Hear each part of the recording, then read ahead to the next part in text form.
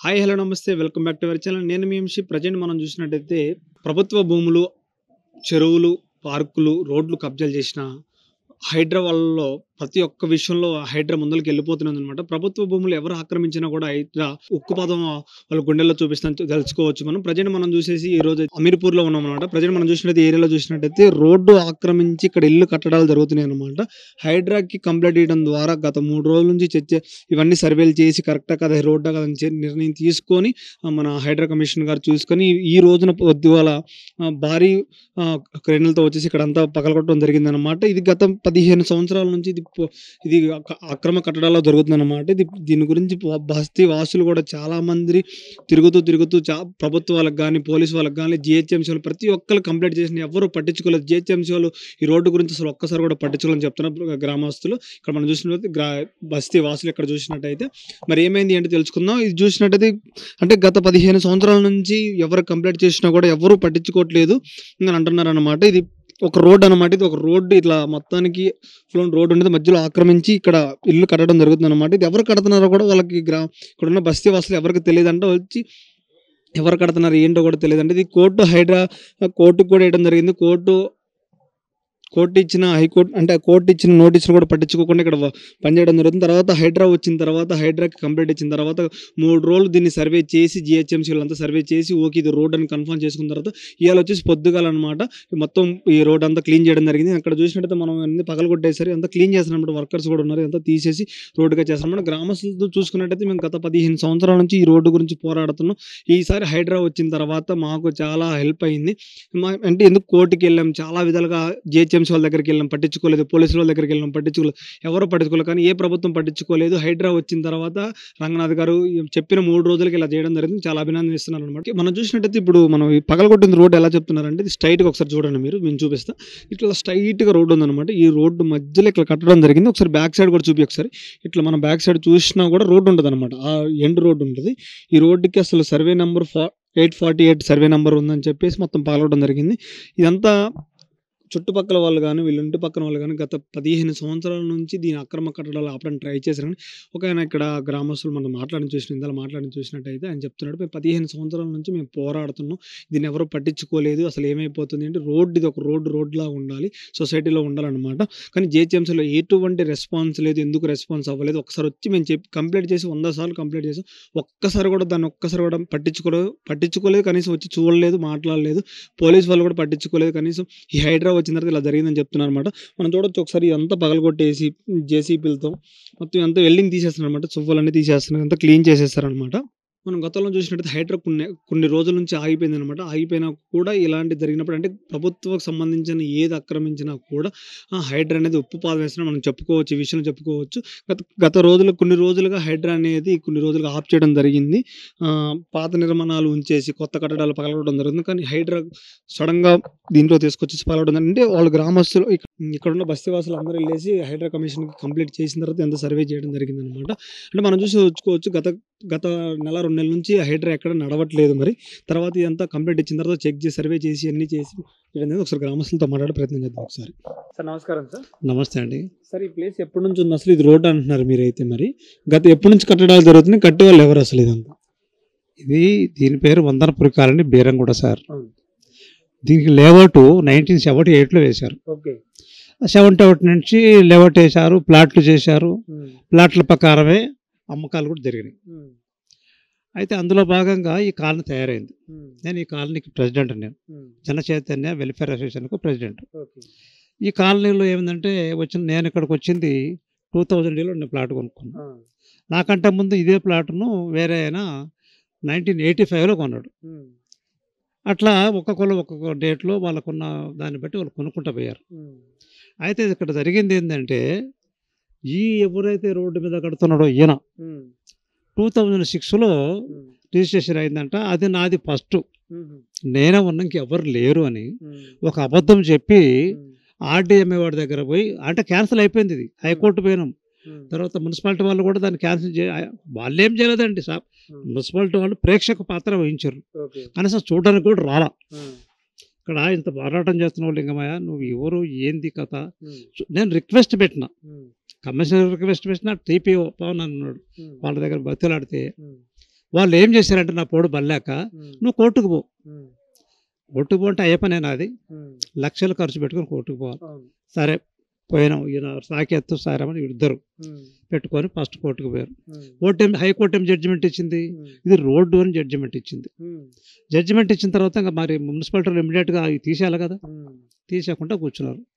కూర్చునేసరికి వీళ్ళు ఏం చేస్తున్నారు, కట్టేటోళ్ళు దొంగలు, వీళ్ళు పోయి ఆర్డీఎంఏ ఆఫీసులో వాళ్ళు రిక్వెస్ట్ చేసి మేము కట్టుకుంటాం సార్ అని రికమెండేషన్ పెట్టించి మున్సిపాలిటీ ఆయనకు, ఆయన ఉండి నువ్వైతే కట్టుకుంటా, ఆయన చెప్పిండు కదా పెద్ద ఆయన, మాదేముంది కట్టుకోండి అని ఆయన వీళ్ళకి సిగ్నల్ ఇచ్చాడు. వాళ్ళు ఆర్డీఎంఏ వాడు మున్సిపాలిటీ వాళ్ళు కలిసి చేసిన పని ఇది, ఒకరిని బలి చేశారు. అరే నేను ఎట్లయితుందని మళ్ళీ ఆర్డీఎంఏ వాడి మీద మళ్ళీ కోర్టుకు పోయినాం మేము. సెకండ్ మళ్ళీ రెండోసారి ఆగుతలేదు కదా, రోడ్డుని మాకు తెలుసు, దానికి ప్లాట్ నంబర్ లేదు, సర్వే నంబర్ లేదు, తర్వాత చుట్టూ బౌండరీస్ లేవు, ఏమి లేకుండా ఎట్లా కడతారు అని అంటే కట్టుకోమన్నారు. మాకు పర్మిషన్ ఇచ్చారు, అది ఆర్డీఎంఏ నుంచి హెడ్ ఆఫ్ ద డిపార్ట్మెంట్ నుంచి మాకు గ్రీన్ సిగ్నల్ వచ్చింది, మేము కట్టుకుంటాం. నువ్వెవరు నన్ను అడుగుతారు వాళ్ళు. అరే ఈ కాలనీ ప్రెసిడెంట్ భయ్ మీ దాని ముందే ఉంది, నేను ఎక్కడ దూరం లేను అని చెప్పంటే ఎక్కడైనా ఉండు సార్, మాకు మున్సిపాలిటీ కట్టుకోమని చెప్పింది, నేను కట్టుకుంటున్నా అంటే ఎవరు చెప్పారు మున్సిపాలిటీ వాళ్ళు, ఆర్డీఎంఏ మాకు చెప్పింది, మెసేజ్ పెట్టింది ఖర్చు చూసుకో అంటే. ఏదంటే మాది 2006లో ఉంది అన్నాడు. అరే నాది 1985లో ఉందిరా స్వామి, నేను సీనియరా వాడు సీనియరా, సరే సీనియర్ అంటే పరువుల పందేమా ఏమన్నా, డాక్యుమెంటేషన్ చూడాలి కదా, ఎవరిది రాంగో ఎవడి ముందర చూసినా కదా ఇవాళ పర్మిషన్, ఏం చెక్ చేయలేదు. వాడు అడిగినంటే వీడు ఇచ్చిండంట, అంటే ఏంది వాళ్ళకు మనీ చేతులు మారినాయి, పెద్ద అమౌంట్లో మారినాయి కాబట్టి వాళ్ళిద్దరు ఒకటి అయిపోయారు. ఆర్డీఎంఏ వాడు ఇక్కడ టౌన్ ప్లానింగ్ కమిషనర్, వీళ్ళు ఒకటైపోయి వాడికి సిగ్నల్ ఇచ్చారు. వాడు మమ్మల్ని కేర్ చేయట్లా, అసలు వాళ్ళనే కేర్ చేయట్లా. ఎన్నాళ్ళ నుంచి కట్టుబడి జరుగుతుంది ఇది? ఇది ఎంత సార్ అంత 1 మంత్ నుంచి. ఇప్పుడు ఈ కట్టుబడి పగలగొట్టేటప్పుడు కానీ వాళ్ళ ఇంటికి సంబంధించిన ఎవరైనా వచ్చారండి ఇక్కడికి? ఒక్కడు రాలే, ఒక్కడొచ్చి మేము వాళ్ళ కోసం ఎదురు చూస్తా ఉన్నాం, రాలా. ఇక్కడ బిల్డర్స్ వర్కర్సే ఉంటారు, వాళ్ళతో మాట్లాడితే సార్ మాకు తెలియదు, వాళ్ళు డబ్బులు ఇస్తున్నారు సార్, మాకు ఏముంది పని లేదు, మేము పని చేసుకొని బతుకుతున్నాం, మమ్మల్ని పట్టుకుంటే మేము చేయాలి, ఆపడినట్టు మేము ఆపం, వాడు ఆపమంటే డబ్బులు ఇచ్చాడు ఆపమంటే ఆపుతాం, మీరు ఎందుకు ఆపమంటున్నారు, మీరు కేసులు పెట్టుకోండి ఏం చేసుకోండి చెప్తున్నారు కదా, మున్సిపాలిటీలో చెప్తారు కదా, కోర్టులో పోండి ఇంకెవడుకొని చెప్పుకోండి అని, మేమెందుకు ఆపుతాం, మేము ఆపం అని వాళ్ళు పెట్టుకున్నారు. ఆ రకంగా మొత్తం కట్టి స్లాబులు వేసి కట్టి గోడలు పెట్టి ఏదో రెడీ అవుతున్నారు. ఏది ఇక్కడ కాదనంటే సెక్రటరేట్ పంపించారు, ఆర్ఎండిఏ వాడు, సెక్రటరేట్ పోయాం, ఆడ తిరిగి తిరిగి తిరిగి పైదా కిందగా తిరిగి వాళ్ళు ఏం చేశారు, రేపు చేస్తాం ఇల్లు చేస్తామని నన్ను పక్కన పెట్టి వాళ్ళు ఏదో డ్రామాలు ఆడుతారు. వాళ్ళు పట్టుకోలే, వరే వీళ్ళు పట్టుకోవట్లేదు నాయన. మరి హైడ్రాకి వెళ్ళాం, హైడ్రాకి వెళ్తే ఒక 4-5 సార్లు వాళ్ళ చుట్టూ తిరిగాం. వాళ్ళు ఏం చేశారు, వాళ్ళ స్టాఫ్ని పంపించారు, ఒకసారి ఇన్స్పెక్షన్ చేసి రండి, మరి ఆయన వస్తున్నాడు రోజు తిరిగిపోతున్నాడు, ఏందో నిజమెంత అబద్ధం అంటే హైడ్రా నుంచి స్టాఫ్ వచ్చింది. స్టాఫ్ వచ్చి మొత్తం అంతా కూడా ఫోటోలు తీసి పైన కింద చూసి మొత్తం డాక్యుమెంట్ అంతా వెరిఫికేషన్ చేసి మొత్తం వాళ్ళు ఒట్టిగా రాలా. మున్సిపల్ వాళ్ళు కూడా చెప్పారు, మీరు కూడా రండి అంటే టౌన్ ప్లానింగ్ కానీ అప్పుడు వచ్చిండు, అప్పటి వరకు ఇక్కడ తిరిగి చూడలేదు, ఇది ఎక్కడదో వాడికి తెలియదు, వాళ్ళు పట్టించుకోరండి. వాళ్ళు ఇవాళ అమీన్పూర్లో మొత్తం అక్రమ కట్టడాల కారణం వాళ్ళే, జిహెచ్ఎంసీ వాళ్ళే. వాళ్ళు మరి ఏం లాభాలు తీసుకురో ఏం చేసుకురో పైన దేవుడు వాళ్ళకి తెలుసు. వాళ్ళ వల్ల తెలంగాణ నంబర్ 1 ఫ్రాడ్ ఎక్కడుందంటే అమీన్పూర్లో ఉంది, అమీన్పూర్లో ఉంది.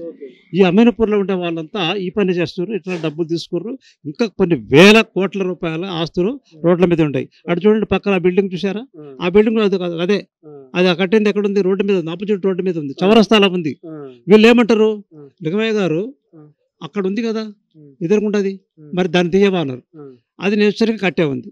వాళ్ళు ఏమంటారు, అది ఓల్డ్ బిల్డింగు, దాని జోలు బాబు మరి ముందుది అది తీయమనండి. ఎవరు చెప్పాలి తీయమని, మున్సిపాలిటీ వాళ్ళు చెప్పాలా, లేకపోతే సైలెంట్ అయిపోవాలి. మేమెట్ట చెప్తామండి కాలనీ వాళ్ళం. నా మాట ఎవడంటాడు, అయినా కానీ నేను పోరాటం చేసి చెప్పిన కట్టొద్దని చెప్పిన, వాడిది కూడా తీసేస్తాము అంటే ఆ పాత బిల్డింగ్ కూడా తీయరంట కదా, హైదరాబాద్ చెప్పిండంట కదా. ఎవరు అడిగారు ఇవన్నీ క్వశ్చన్ మిమ్మల్ని? నేను వాళ్ళు అడుగుతున్నారు, తీయమంటే వాళ్ళు అంటున్నారు మేము తీయము, మాకు ఎవరు చెప్పినా మేము తీయము, మున్సిపల్ దగ్గర పర్మిషన్ తెచ్చుకున్నాం, అవసరం నెంబర్ తెచ్చుకున్నాం, ట్యాక్స్ కడుతున్నాం, అన్నీ కడుతున్నాం మేము. నువ్వెవరు మాకు చెప్పనీకి, నువ్వు కాలనీ పీరియడ్ కాలనీకే, నువ్వు మాకేం సంబంధం నీతోటి, మాతో మాట్లాడొద్దు అని నా మీద సీరియస్ వార్నింగులు. సరే ఓకే ఉండండి రా బాబు. వాళ్ళ దగ్గరికి పోతే వాళ్ళేమో ఆపుతున్నాం కదా, తీసేస్తాం కదా, జీరో చేస్తాం కదా, ఏదో ఒక రోజు. జీరో కాదు, వాళ్ళు హీరోలో చేసిండు ఆయన. దీనుంటే దీని లెక్కన ఎదురుకుండా బిల్డింగ్ మీద రోడ్డు మీద ఇట్లానే కట్టారు వాళ్ళు కూడా. వాళ్ళు కట్టాడు. ఇప్పుడు ఆల్రెడీ వాడిది స్లాబ్ అయింది, అన్నీ అయినాయి. వాడు రెడీగా వాడు గృహప్రవేశం రెడీ అవుతున్నాడు. ఎంతమందిని ఆపుతాం మనం? ఇప్పుడు నేను ఒక్కడిని, ఇక్కడంతా సాఫ్ట్వేర్ ఇంజనీర్లు. వీళ్ళని బయటకు రావాలంటే వాళ్ళకి భయం. మా కేసులు అయితే మా ఉద్యోగాలు పోతాయని. వాళ్ళు ఒక్కళ్ళు రారు, డబ్బులు పైసా ఇవ్వరు. ఈ పక్కన ఉండడు, ఆ పక్కన ఉండడు, సాకేతు సారామని వీళ్ళిద్దరే చేస్తున్నారు. కానీ ఆ చేతులకు వెళ్ళి పైసలు ఒకసారి లేకపోతే చందాలు వేసుకొని ఇక్కడ 2,000 అట్లా వేసి వాళ్ళకు హైకోర్టు డబ్బులు కట్టినాం. ఎవరు కడతారు సార్? ఇప్పుడు రోడ్లు చూడాల్సింది ఎవరు? మున్సిపాలిటీ ఆయన డ్యూటీ ఆయన చేయకపోగా మేము చేత కూడా మా మాట వినకపోతే మరి ఎవరు వచ్చి రోడ్లు కాపాడాలా? వాళ్ళు అంటారు, ఆహా మీరు ఉండరు కదా, మీరు మాట్లాడండి, మీరు కోర్టుకు పోండి, ఆడ ధర్మ సలహాలు ఇస్తారు. కానీ చూడడానికి రాలే వాళ్ళు, సిగ్గుసేటు.